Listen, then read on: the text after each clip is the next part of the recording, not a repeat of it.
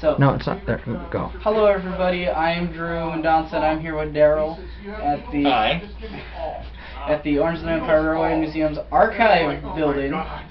So today we're going to be talking to Daryl about what's it like to be an archive member and what that entails. So.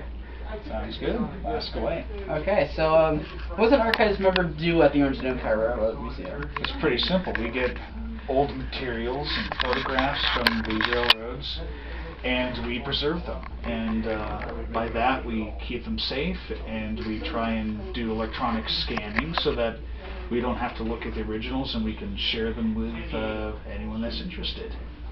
So for anybody interested in doing this, what is like the step process to becoming an archives member? First thing is to show up. That's always the first. And then from there, the first thing is to just learn about trains through the process and go through the materials of sorting and putting them away. That's always kind of the first step. If you look behind us, these boxes, the banker boxes, are of materials that were in the process of sorting in a typical box. You take one like this, is a variety of files and things that were donated, so we'll go through, see what they are, and begin to sort through them.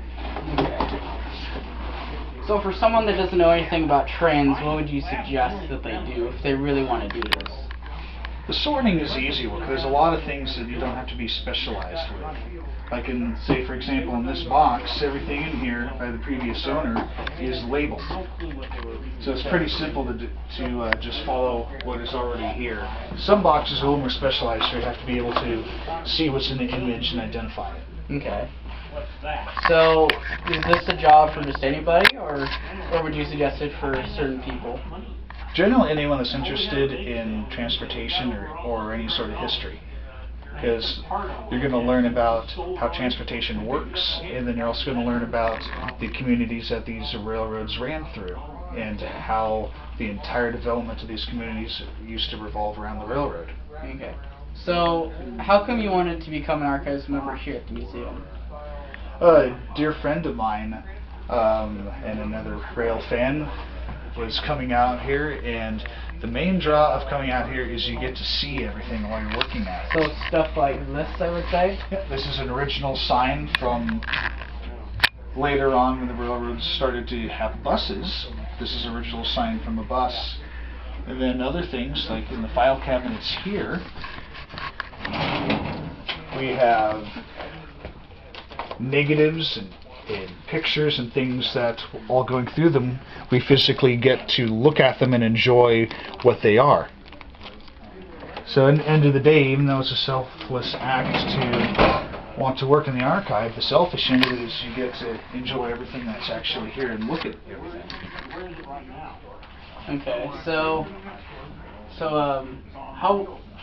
obviously bad stuff has happened, things have been lost. How do you take like the failure of losing things and like things accidentally being destroyed and stuff like that?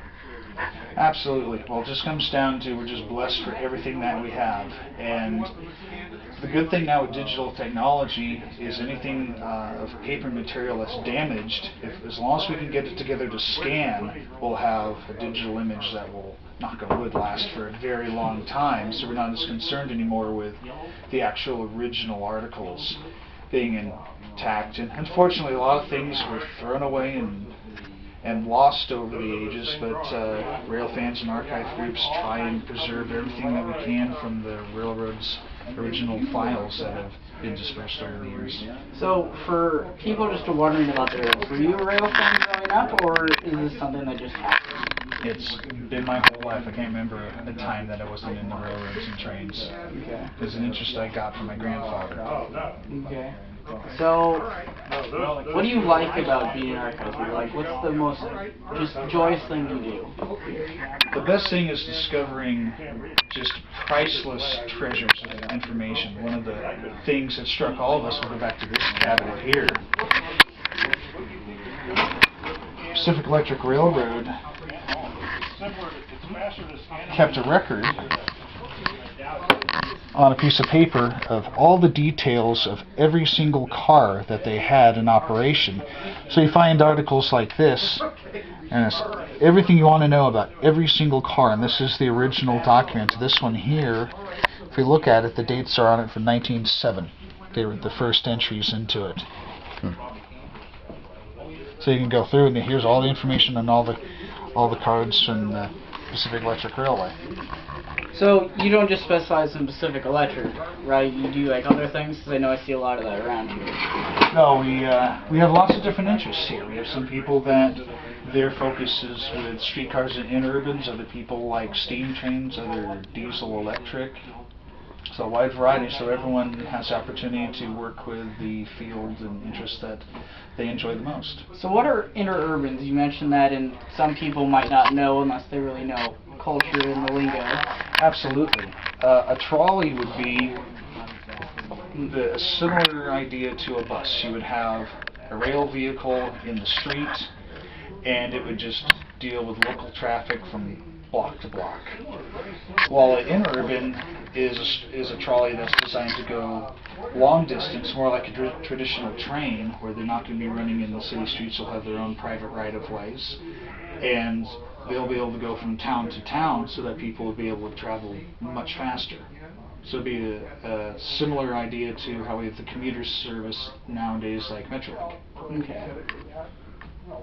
Well, thank you for talking. Do you have any other words of wonderful wisdom, or any more cool tidbits of fact, or?